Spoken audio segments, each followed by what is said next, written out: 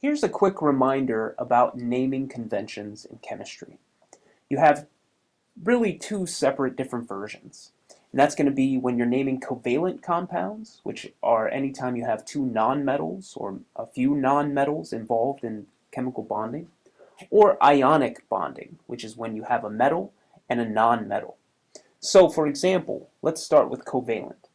With covalent compounds, you're going to use the prefixes that you have been provided in tabular form and hopefully committed to memory to identify how many of each atom are present, and you're going to use those and just name them as they appear in the chemical formula.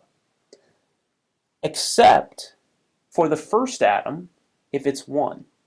A common example of this might be N2O, which is going to be dinitrogen oxide,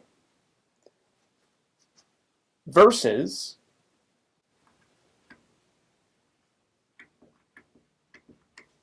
CF4, which is a single carbon followed by 4 fluorines.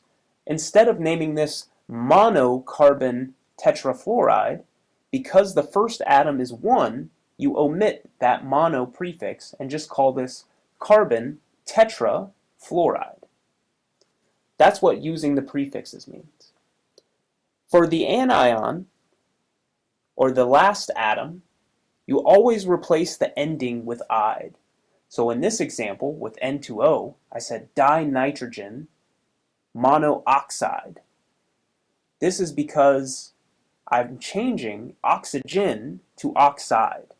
The same is true for carbon tetrafluoride.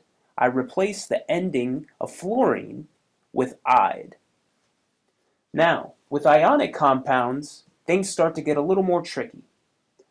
With ionic compounds, you don't include the prefixes. So no mono, no di, etc.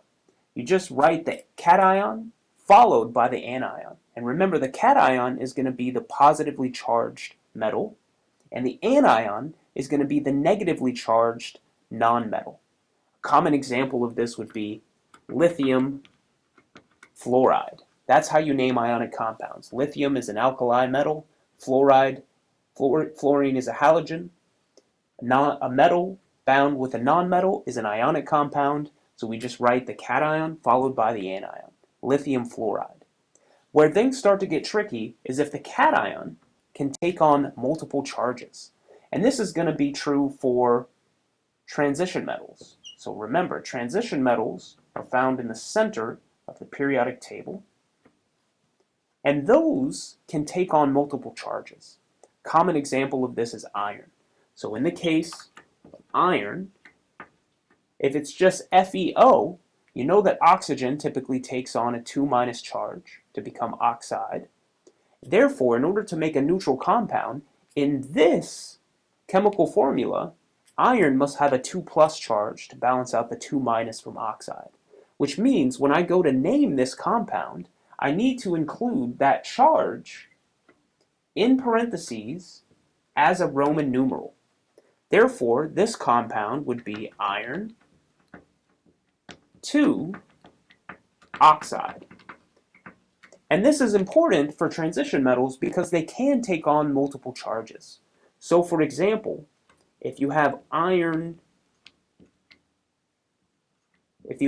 this molecule, then you have 3 oxygens which each have a 2- charge for an overall 6- charge, because 3 times 2- is 6-, with balancing out with 2 iron atoms. So each iron atom must be a 3+ charge, because 2 3+ charges make the 6+ charges necessary to balance out the 6- charges coming from these 3 oxides. So in this case, iron has a 3+ charge, and you need to indicate that when you write the compound as iron 3 oxide.